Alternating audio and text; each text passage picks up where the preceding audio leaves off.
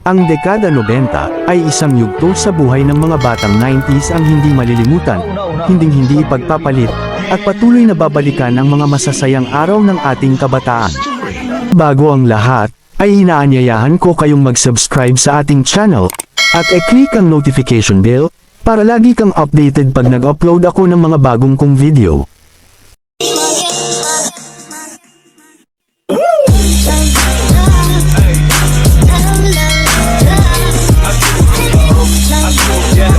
Kay sarap balikan ang mga laro ng kabataan noon, at kay sarap isipin, na ang ganitong mga laro ng mga bata ay masaya na, at kontento pa.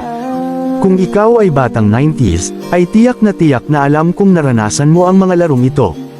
Kung hindi mo na maalala, o para maalala mong muli ating balikan ang mga laro ng mga batang 90s.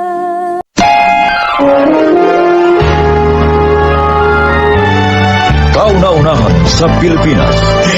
NBC Manila Broadcasting Company. DZRH. Member, kapisanan ng mga broadcaster ng Pilipinas. Binuntis mo ako! Pero iba ang pinakasalan mo! Pananagutan kita, pero kahit kailan, hindi kita pwedeng ibigin! Oo! Aminin ko! Mahal kita! Nang dahil sa salapi mo! At nang dahil sa pag-ibig ko sa'yo, handa akong pumatay at mamatay! Katawan ko lang ang minahal mo! At hindi ang pagkatao ko! Mr. Romantiko. Kumusta po kayong lahat, mga giliw naming tagapakinig?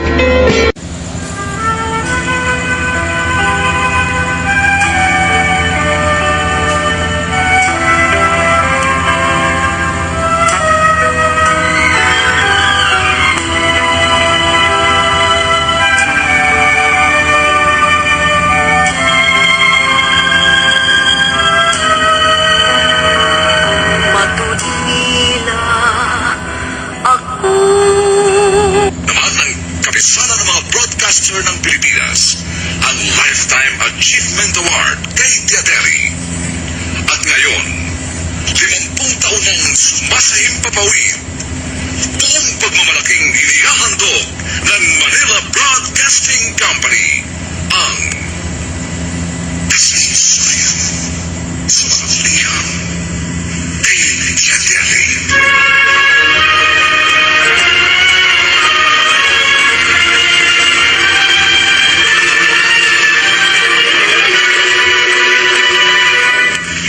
Itong inyong Diaderi.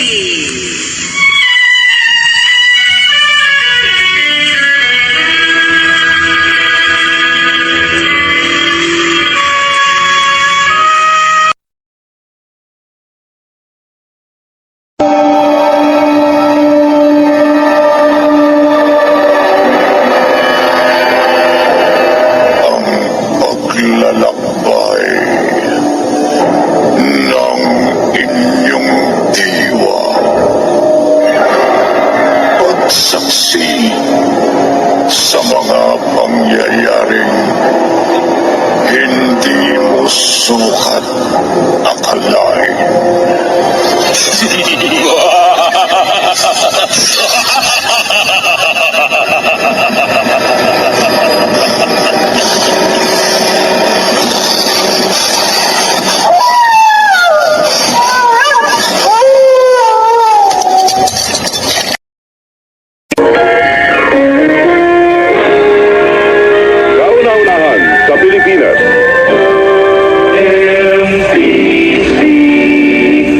Broadcasting Company.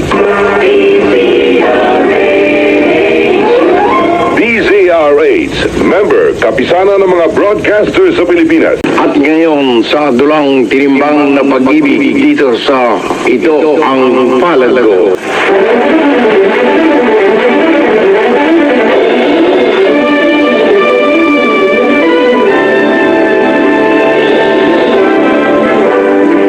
Ngayon mga kaibigan, sa pagpapatuloy ng madulang kasaysayang pinamagatang tinimbang na pag-ibig dito pa rin sa Ito Ang Palad Ko.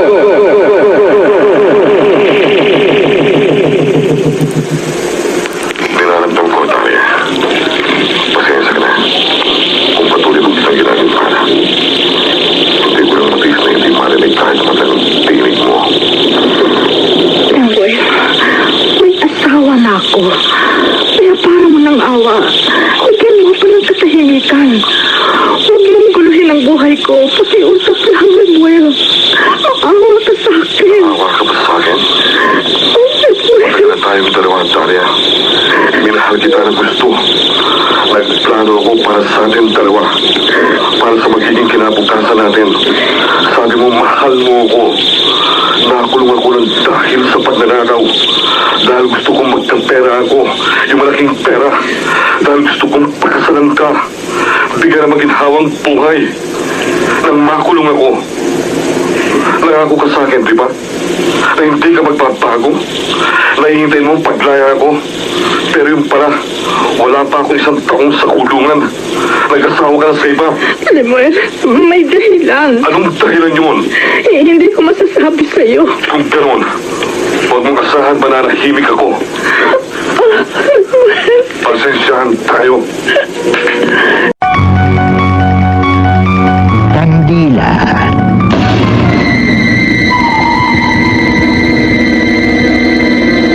Simbolo ng tunay na pag-ibig. Inuubos niya ang sarili habang nagbibigay ng liwanag. Sa pamamagitan ng pagbabalik sa nakaraan. Kailangan mo ang kandilang ito. Huwag lamang itong mamamatay.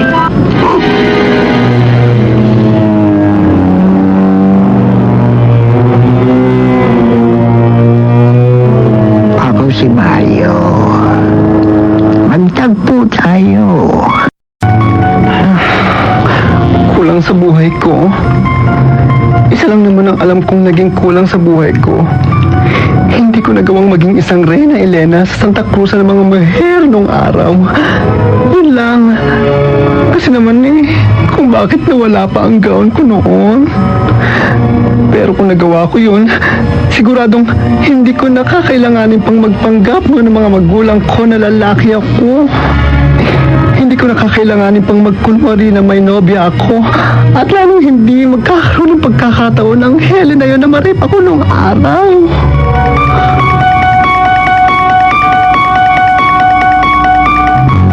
Si Rolando alias Opelia.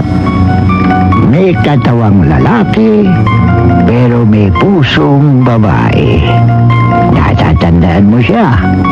Ayun, sinindihan ng kandilang itim sa kagustuhang magawa ang nakaligtaan niyang gawin noong kabataan pa niya. Ano kayang klaseng liwanag ang ipapakita sa kanya ng kandilang itim? Huwag kang alis. Babalik naman ako eh.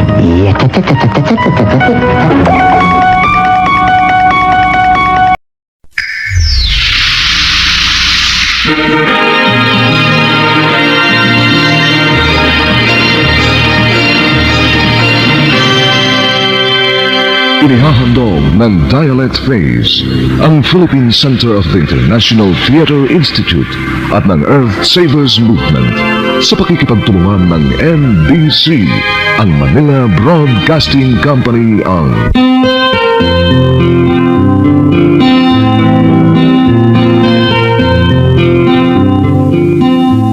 Radio Balintataw. Magandang gabi po sa inyong lahat. Mga minamahal naming tagapakinig ng Radyo Balintataw, ito po ang inyong lingkod, Cecil Guidote Alvarez, sa ngalan ng Dialect, ang Philippine Center ng International Theater Institute at ng Earth Savers, hinirang na ika-6 sa mundo na UNESCO Dream Center. Pinarangalan din po na UNESCO Artists for Peace. Buong lugod po namin kayong inaanyayahan na samahan niyo po kami ngayong gabi. Umpisa po ng masiglang kwentuhan na Ukol lang po sa matagumpay na pagpapaganap ng 20th anniversary ng founding of Santiago City. Maraming salamat sa muling panunood, hanggang sa dulo ng aking video. At huwag kalilimutang mag-subscribe, at pindutin mo na din ang notification bell, para lagi kang updated pag nag-upload ako ng mga bago kong video. Thank you for watching.